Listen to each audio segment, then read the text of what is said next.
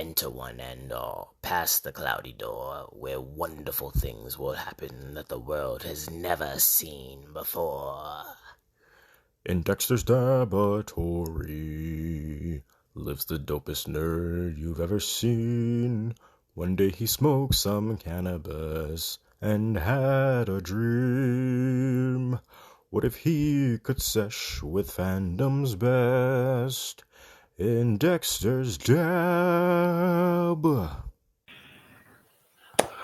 Hello, friends. Welcome back to another exciting episode of the Nerdy Stoner Podcast with your favorite huggable stoner, Dexter, aka Mr. Puffin Stuff.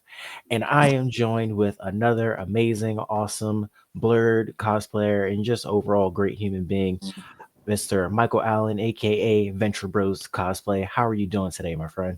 I'm good, man. Out here dealing with this Texas weather, man. One day it wants to be cold, next day it wants to be hot. Hey, man. Hey, man, we're dealing with the same thing in the DMV. Like, it's cold right now, but I think it's supposed to be warm tomorrow. And now all the pollen's out. It's a lot. That pollen kicking my butt, man. Yeah, it's no joke. Mm-hmm. So, first things first, like for anybody who somehow does not know who you are, please introduce yourself. Like, Okay. Yeah. Hey, what's up, everybody? I'm Venture Bros. I've been cosplaying since 2017, so about 8 years in the game. Been a nerd all my life. I wouldn't say I was a closet nerd or nothing, but I was also like an athlete, and my brother was a drug dealer, so it was like, I never experienced the nerdy bullied side, so, but always been into everything as far as fantasy, anime, sci-fi, Hey. yeah. I'm talking about Trek and Wars. I didn't even know like it was a whole beef thing until like I became an adult and I would see like different segments in movies where they had like people in the Star Trek fighting people from Star Wars, and I was like, oh, you can't like both? I never knew that because I was like, you know what I'm saying? It was just one I could watch on TV all the time and one I could only see in like the movies or if we rented like a video, you know what I'm saying? Yeah. So, yeah, man. But been on the cosplay scene and nerd community for 8 years now. And that's I was in the military for a long time. I was the captain in the Air Force. So when I found the nerd community, appreciate it. When I found the nerd community, man, it was just a huge thing for me because I have put the nerd side away a lot, man. I thought I was one of those people where I was like, all right, man, I'm an adult. Maybe I can't be into it as much. You know what I'm saying? So I kind of put it on the back burner, you know what I'm saying? I wasn't watching as much anime.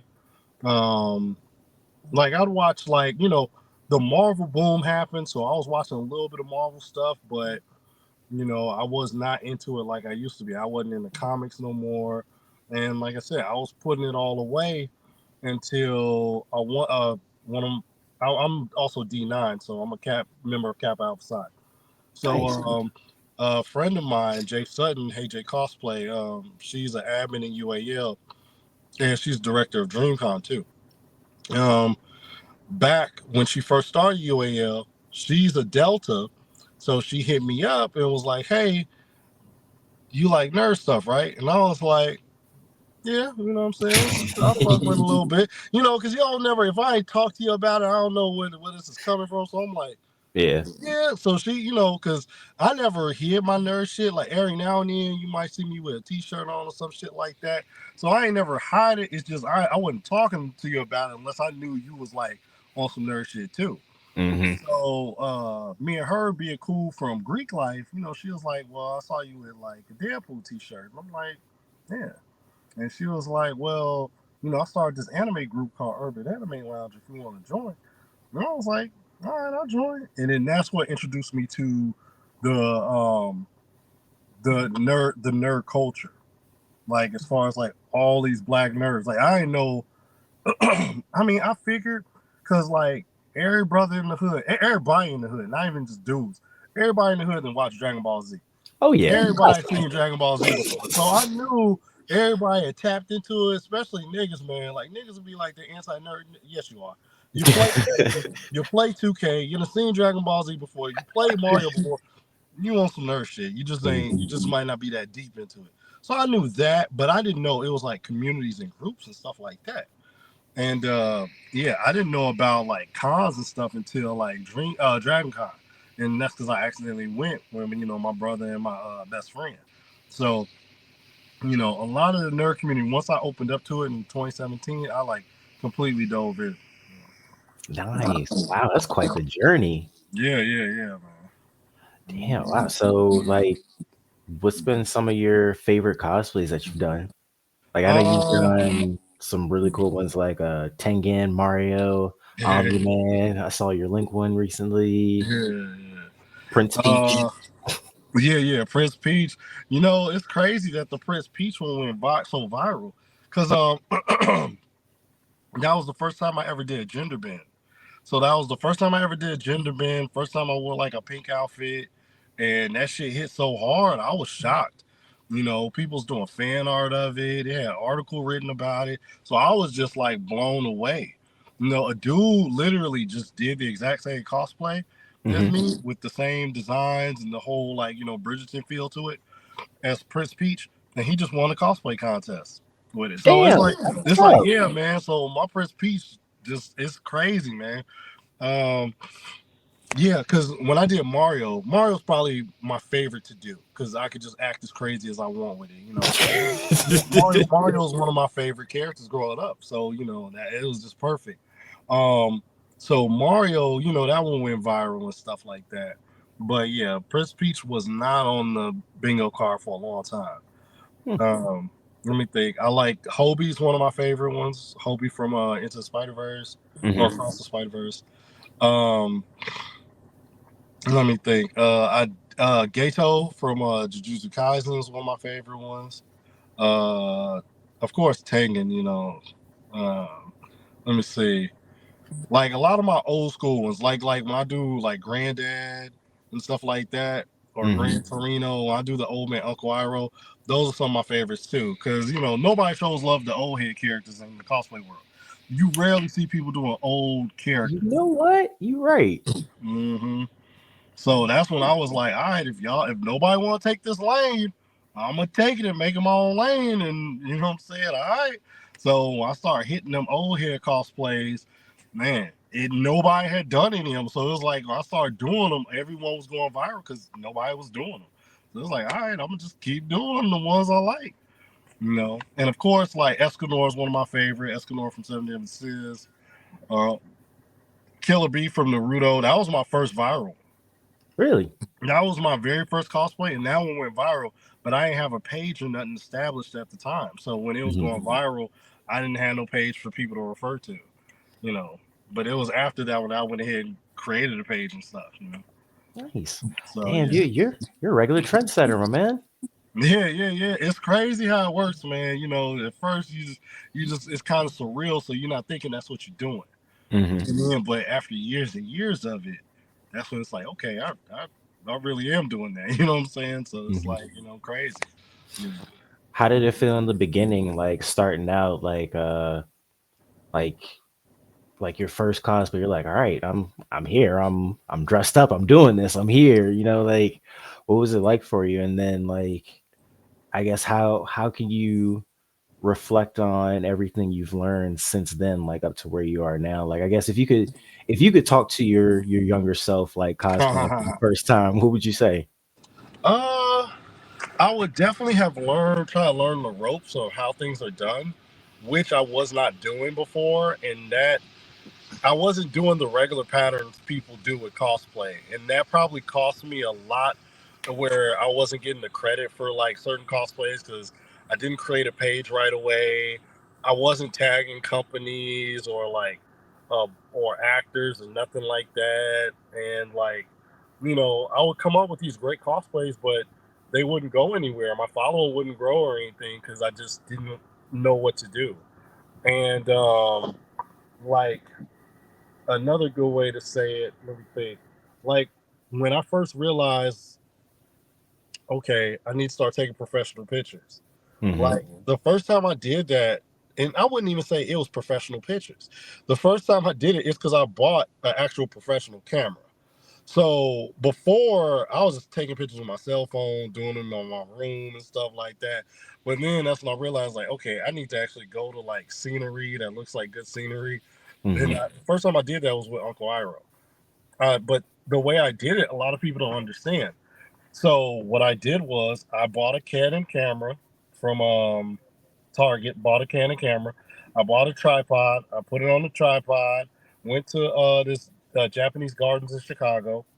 I put it on burst 10-second shots, and that's how I took those pictures. And a lot of people are like, "Oh, they were so professionally done." And I'm like, only if they knew.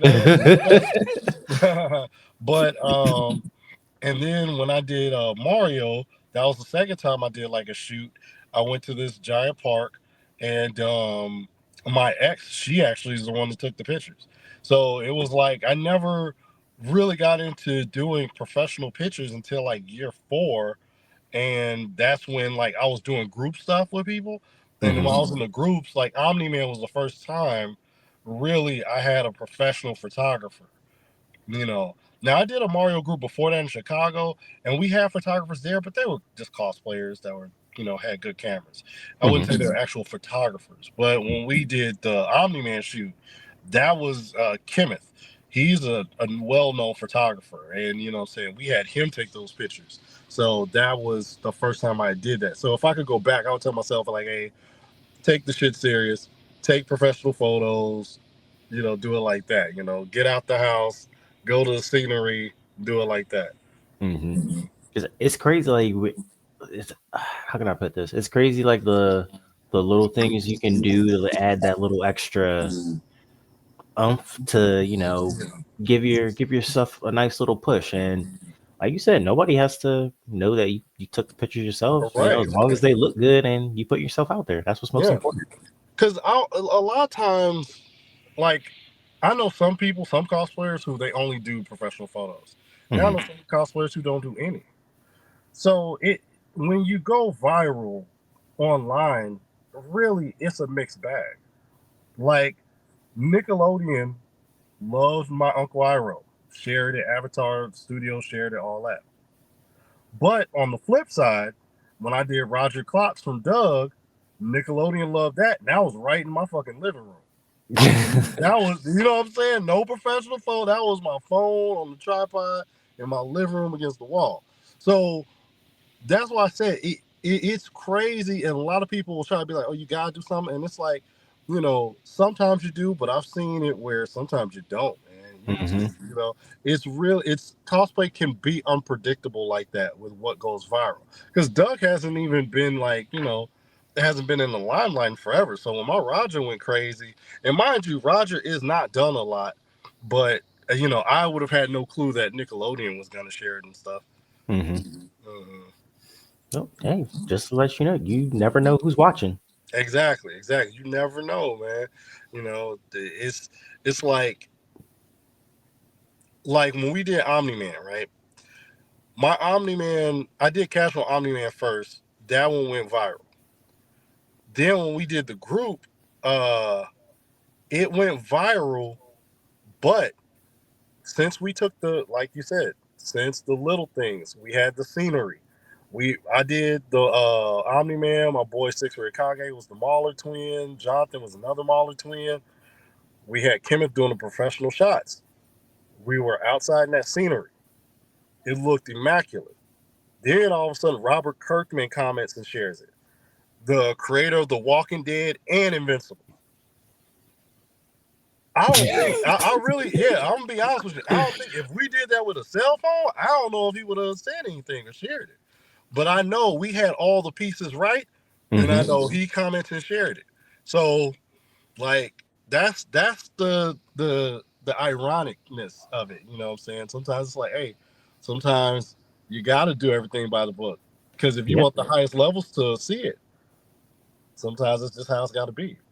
Yeah, it's that combination of not only putting yourself out there, but putting your best self out there. Right, exactly. Nice.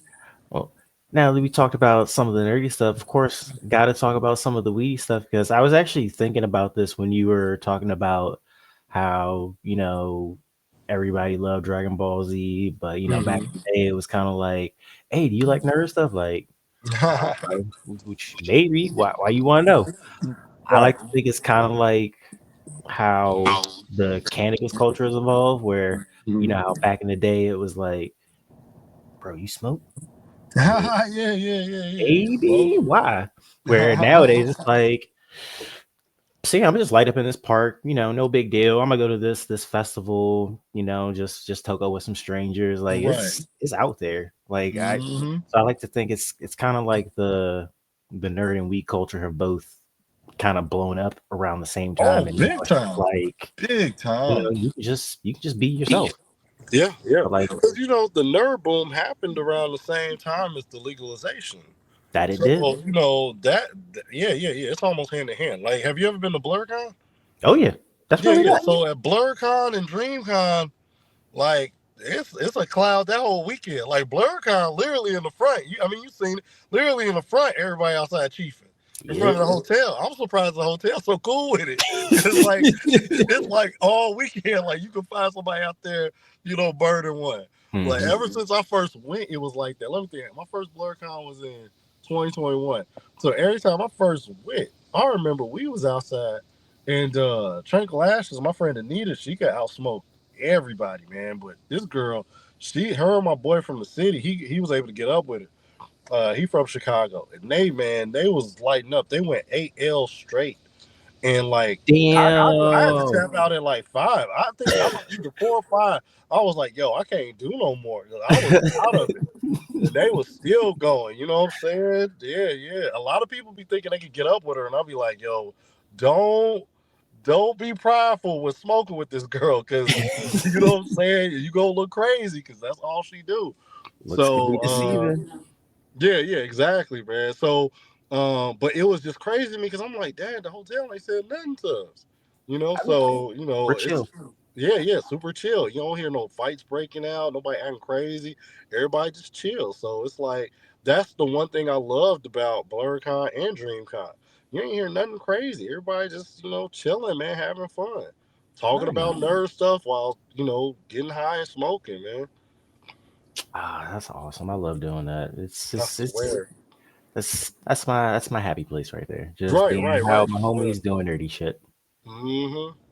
Like, But I ain't gonna lie, man. Like, I love panels, but I'm not gonna lie. When it comes to like DreamCon and BlurCon, I barely be at panels because I be outside a lot. Like, I cosplay, do pictures and stuff, photo shoots, and then I'm outside with everybody. You know what I'm saying? So it's like, people be like, "Dad, did you even go to a panel this time?" I'll be like, "No." And it's not because I don't want to go and support, but I'll be out there smoking, talking about all types of stuff. I remember this year it was these 4 dudes walking around in these Squirtle onesies, and they ran up on us. Yeah, they ran up on us, man. We was in the lobby, in front of the lobby, smoking. They ran up with us. They all pulled out, you know what I'm saying, a blunt. And we was oh, like, dang, that's because we what's offered to share ours. Yeah, we was like, we offered to share ours. And they all pulled out one. And I was like, dang, y'all went. So, you know what I'm saying? And we all started just talking about nerd stuff, man. And that's just the beauty of it, man. Like, that's how much it's evolved.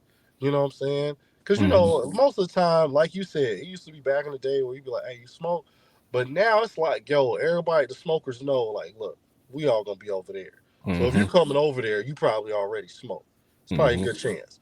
And it's like, "Hey, I found my people." You know what I'm saying? And then next thing you know, you're getting high with Goku and Sailor Moon. For real. That's the facts, you know what I'm saying? And that's the best, man, because then you gonna start talking about the show and you're gonna be like, man, what if Goku smoked, you know what I'm saying? He'd be like Drunken Monkey, you know what I'm saying? Mhm. He'd be like Rock Lee or something, you know? So yeah, man. That's one of the reasons why I started this because I just always thought, like, what would it be like to get high with my favorite characters? That should be awesome. No, that's facts, man. That's facts. And a con is unless I got a lot of panels I gotta do, Mhm. I'm usually high the whole time at a con. Like, yeah. Same. Usually the whole time I'm gone. Like, I was supposed to be in the Red Balloon Challenge at BlurCon. I was supposed to be one of the guys that was, popping balloons. Mm-hmm. So I had contacted my boy Davey. I think it started at 1:00. We had to get down there. I had contacted Davey. He's Beltline Cosplay, the one who runs it. Mm-hmm. I had to contact, and he's my frat brother too. So I had to contact him. I was like, "Hey, Noop, I can't make it." And he was like, "Why?" I'm like, "I'm too gone, bro." I was like, "I will fall off stage if I go down there right now." You might accidentally poke somebody while trying to pop a balloon.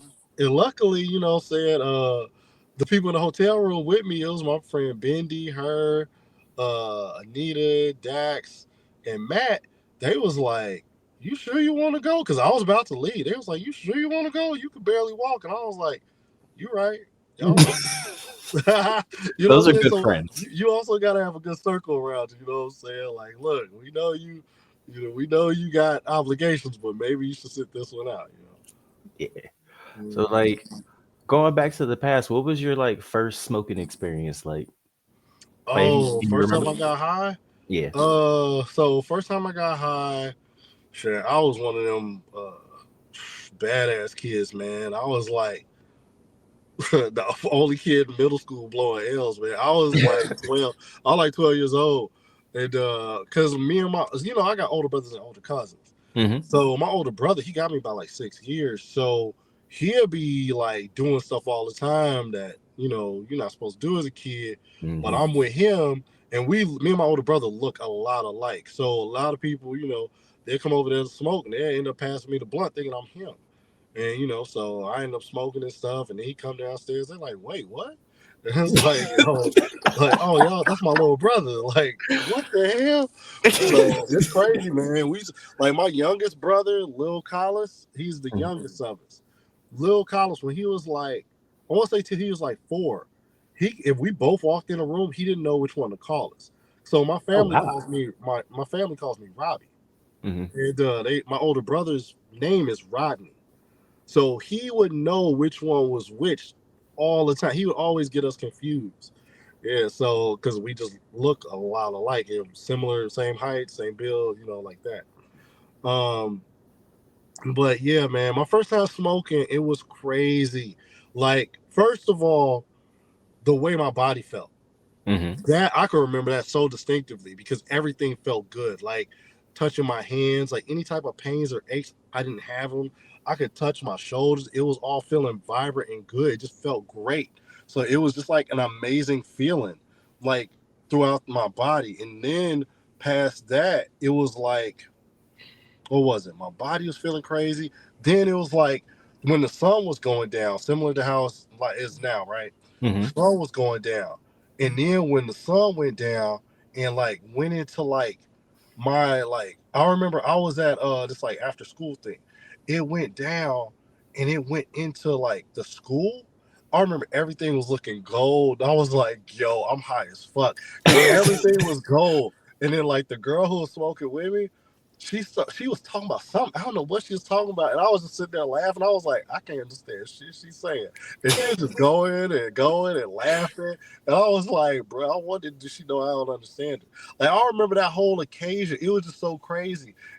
But what I don't remember is how the fuck we got to like this restaurant. We went from school, and I don't know what happened in between. It was at this restaurant. I was just like, you just blinked. How we even get here? I'm like, how we even get here? So yeah, man, my first time was crazy. I was like, bro, damn. I was like, I'm gonna have to really like stay put. Because my motto when I smoke, if I'm not with friends, if I'm with people I trust, then cool, I'll be out. But if I'm at the crib and I'm getting smashed, I won't leave. Like I order food beforehand, and if I get smashed, I'll have stuff ready to just stay in the house. Because I won't trust myself to like leave or drive around because I'll just be too toasted. And like now, since I'm director of operations, Monday through Friday I don't smoke or anything. And on weekends, I'll hit edibles and I'll smoke. But when I do the edibles, yeah, I don't leave the house. Smart. See, and people say that stoners aren't responsible. Yeah. No. That's a common misconception, which I don't know how it even started. Compared to people who drink, like I don't never hear about nobody getting mad and killing people when they high. I don't hear about people getting into car accidents or any of that shit. Like that happens when people are like drunk. But when they high, shit, for the most, you might tweak out, but you ain't out here wilding. Like not from weed. If you taking like something else that's crazy, then that's a total different story. You know what I'm saying? But from weed, nah.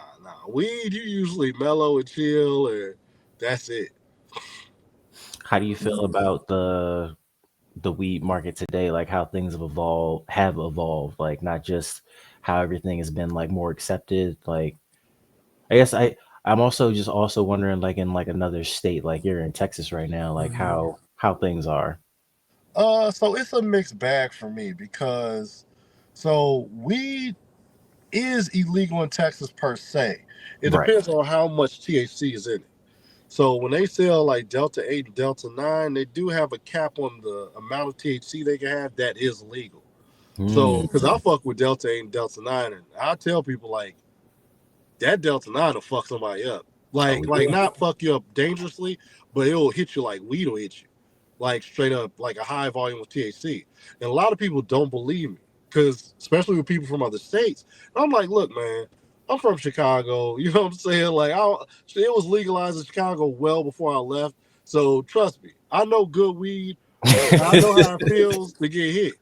And they'll be like, no, that Delta 9 not gonna do it. I'm like, all right. And they'll try like one of my Delta 9 edibles. Man, that fucks people up so much.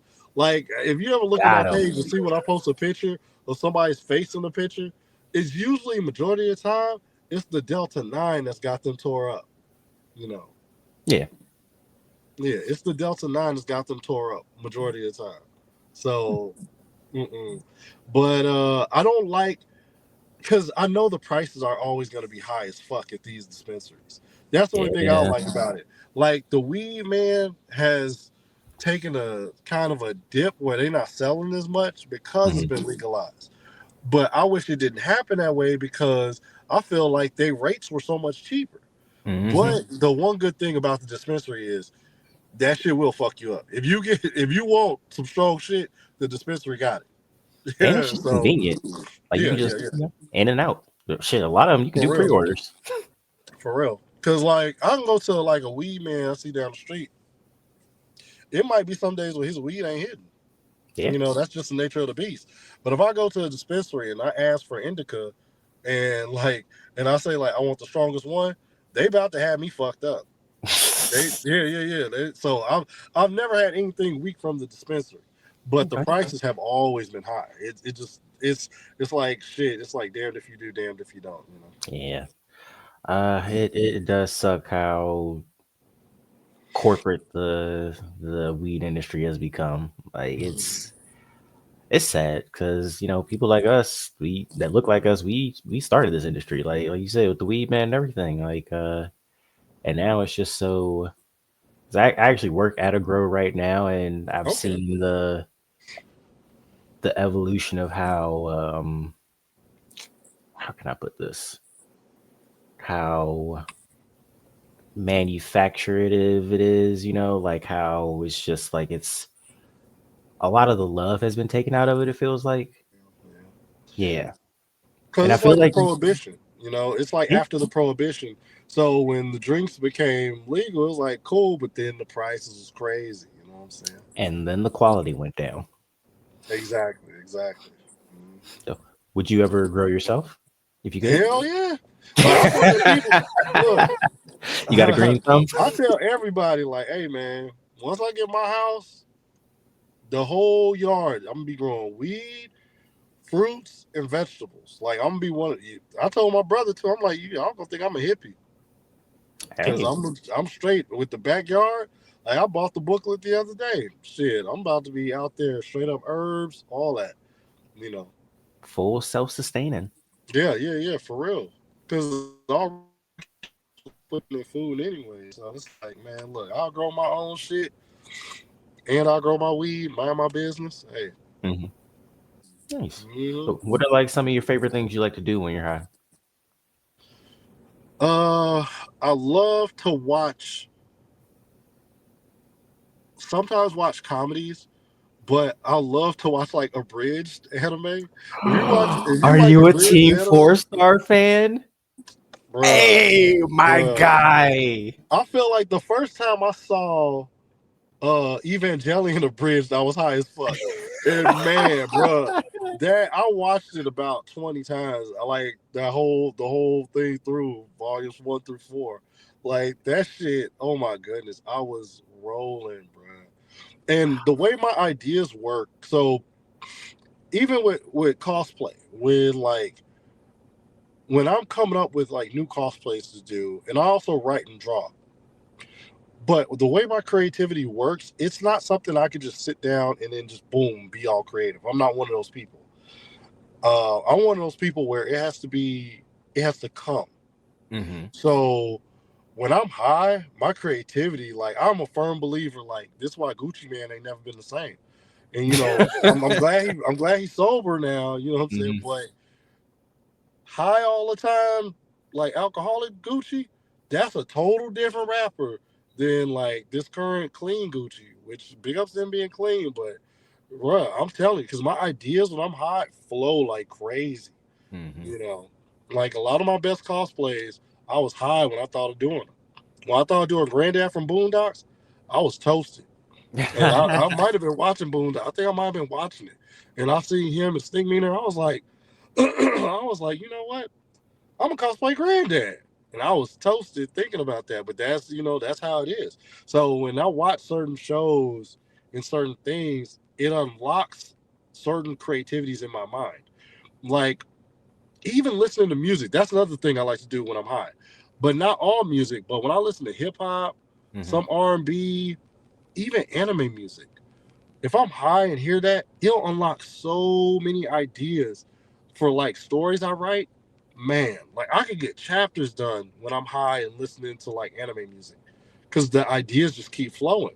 And when I'm sober, I'm gonna be honest, it might come, it might not, but I know when I'm high, it's coming. The ideas are Mm-hmm. coming. So that's one of the cool things about it. Yeah, that's awesome. That's great that you found a way to like incorporate it into your life and also combine it with your passions. And like here you are now. Actually, if I'm not mistaken, I saw you're gonna be cosplaying at a 420 event coming up. Yeah, down in Atlanta. So Atlanta, they're Black Fayday. They got a Black Fayday group down in Atlanta, and they're having a 420 urban gala, urban gala. Nice. So it's gonna be like a dress up event. They're gonna mix it with hip hop and fantasy. You Okay. know, so that should be good. And That sounds I'm interested to awesome. see what a lot of people gonna do with dudes. It's like we gotta be in suits, but I still could think of a lot of ideas of different things I could do. But I am interested to see some of the other people, and I know some of the girls. They ready to come with it. They've been talking about because they having the whole runway thing and the whole contest. So Cool.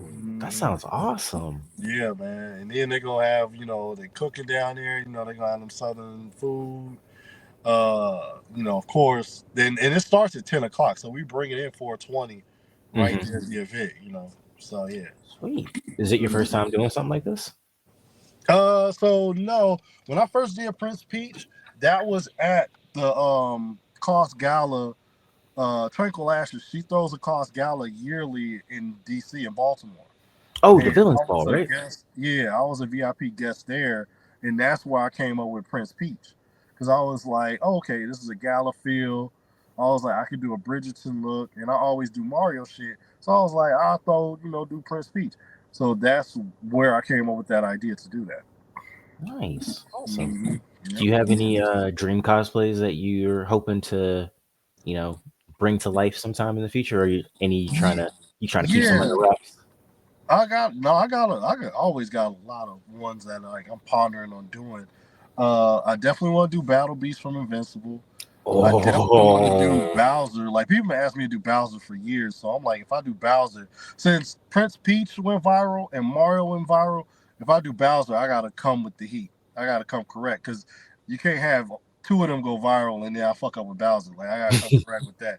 So Bowser, um, and then I want to do Black Panther from Marvel Rivals, but I want to do the galactic suit he got. Okay. Where it's Nice. like a blue suit. He got the visor, all that shit. So, That's what's up. All yeah. right. Oh, well, shit. I'll be looking forward to seeing him.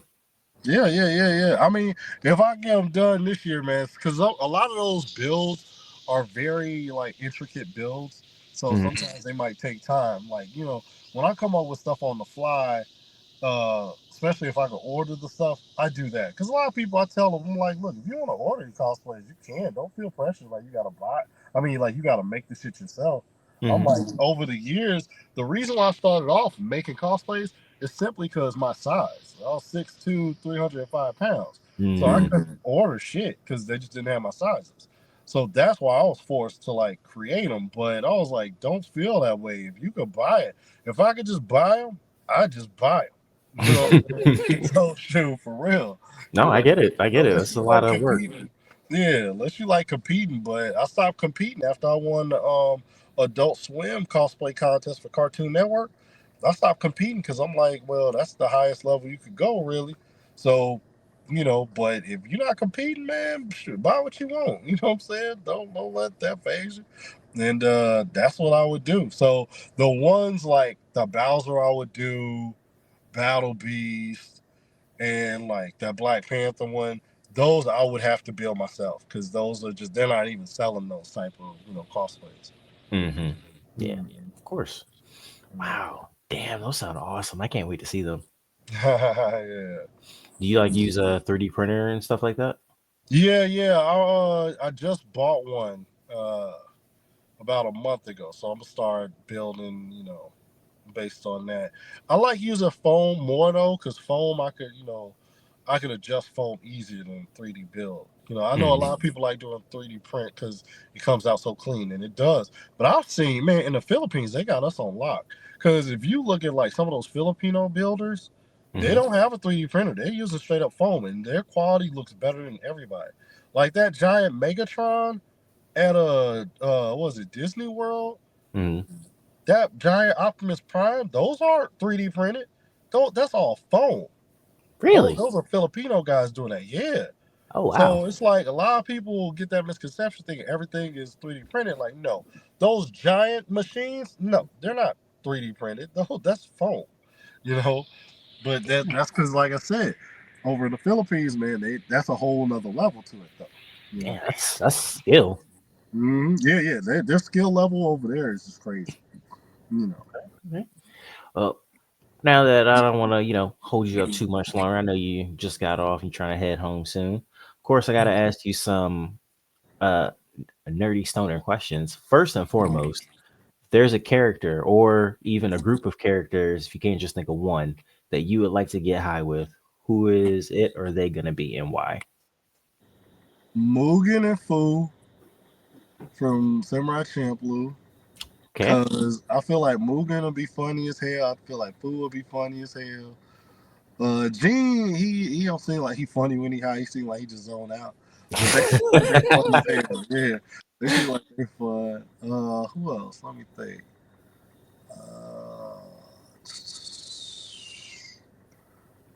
That's a good question when I think of like who else would be fun like that. I feel like the everybody from Konosuba, I wouldn't mind getting high with all them. Like, so like Aqua and all them. I wouldn't mind getting high with them because they always get drunk and stuff and have fun all the time. So I feel like they'd be fun to get high with. Okay, nice. A nice little fun group. I like that. Yeah. You're definitely going to be having all the laughs, especially with Mugen. Yeah. Like if you like to get high and stuff, man, it's always better when you with a solid group of people. Oh yes, that have fun. That's when it's the best. Like I be trying to tell people that, man, because even with cosplay, I tell people all the time. My favorite aspect of cosplay is not cosplaying by myself. I was like, that's probably my least favorite. My favorite, especially I could tell everybody till this day, and I've always said this. My favorite time cosplaying was Anime Expo 2017 with me, Hey J Cosplay, Tatted Poodle, and our friend Nick. We was all at Anime Expo. We did the big three group that whole weekend, and we was high as fuck that whole weekend. Us four having a ball. That's the funnest time That's before any. I think Tanner Pool, she did have a following back then. But that's before me and AJ got our followings. Mhm. So we had all the fun that whole weekend. You know what I'm saying? Just high, nerding out, doing a bit. The first, what was it? Friday we did Naruto. Then we went out that night and wild out. Saturday we did Bleach. Went out that night and wild out. Then Sunday we did One Piece. Went out that night and wild out. We all left Monday. That was the funnest, man. It's like if you got a solid group and you go to a big con, let's say you go to like Katsu or Anime Expo or even BlurCon, DreamCon, it's like you in a whole nother world, man. Mhm. And when you are high, it's like it facilitates that transition to that other world. So you see all these cosplayers. So you see already people who don't look like they exist in the regular world. Right. So you high as hell. You seeing all these cosplayers. You seeing all these other people, man. It's like, damn, I just stay here the rest of my life. You know, that's how you be feeling, man. So that's yeah. I love if you have a solid group of people to smoke with, man, and nerd out with. It's the best. Nice. All right, I got two more for you. Okay. Who do you think would be one of the absolute worst people to get high with? Worst people to get high with. Mm-hmm. Worst character, I mean. Oh, Ida from My Hero Academia. Ida would probably be the fucking buzzkill. Like, shut the fuck up. You shouldn't be doing that. Get the fuck out. Get out of my car, Ida. I wouldn't even know. I'll be like, he gotta go. I see him like just super speeding by and snatching the joint. Like, what are you doing? Yeah, I swear, I hit his ass with a fireball if he did something like that. I'll be like, Ida, you gonna make me turn to a villain today. Don't give me my weed back. But yeah, he'll probably be the worst because he'll probably be such a buzzkill, man. All right. Yeah. Oh no, you about to say something else? No, I was about to say like, I couldn't fuck with him. Okay. And a fictional place you would like to get high at?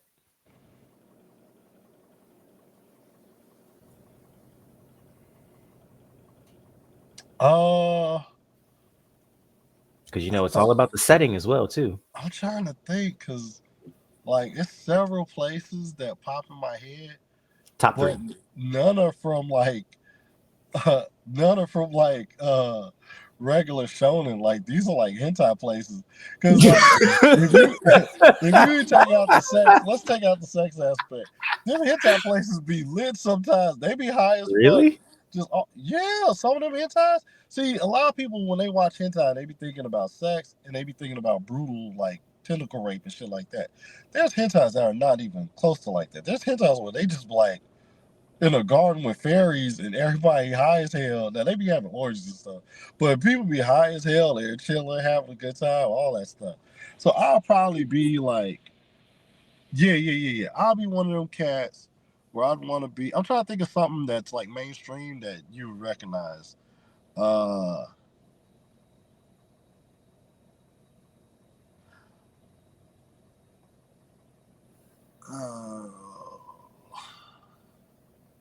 Okay, so here's a good one. Did you ever watch Danmachi?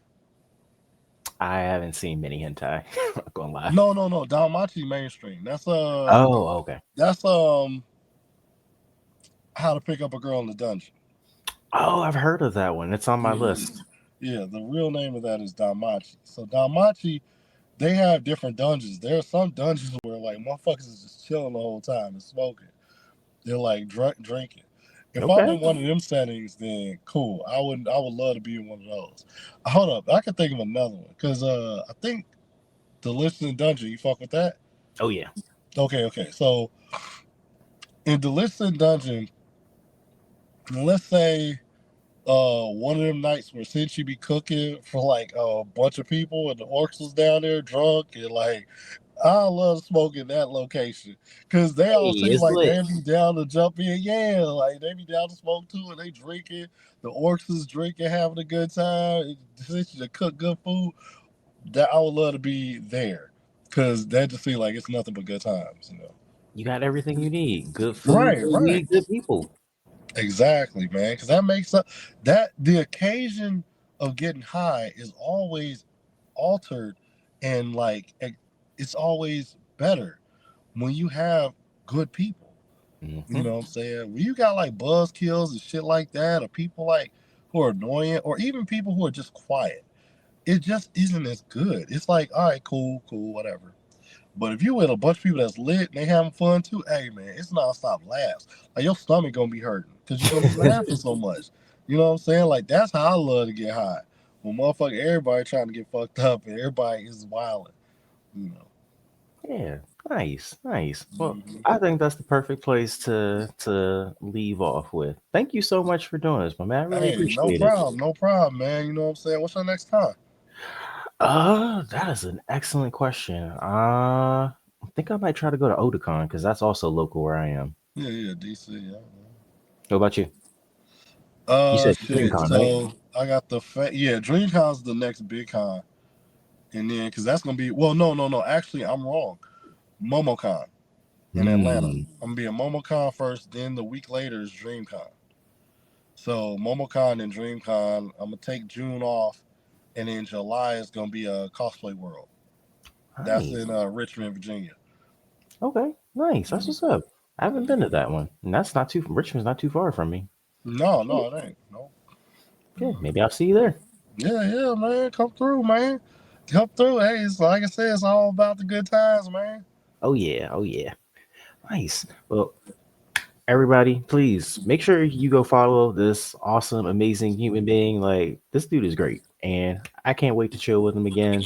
I got to meet him briefly at BlurredCon. He got to sign sign my J. Appreciate you doing that. Hey, I'm okay now. I'm starting to remember now. Okay. Yeah, You it know was what it I'm was it saying? was a lot. It was a lot going on. I told you I was fucked up, man. So like, hey, you know I what get it. So I'm was I. saying? Hey, good times though. Yes. But yes, folks, like, follow, share, all that good stuff. Me, him, watch him. He's going to even bigger and better places. Like, yeah. And you can also go to bigger and better places too, because like with all of my interviews, all the people I've talked to, they all had to start somewhere. So put yourself out there, put on a mask, t-shirt, costume, buy it, whatever, and just, go out there and do the damn thing. Facts. All right. Peace out, y'all.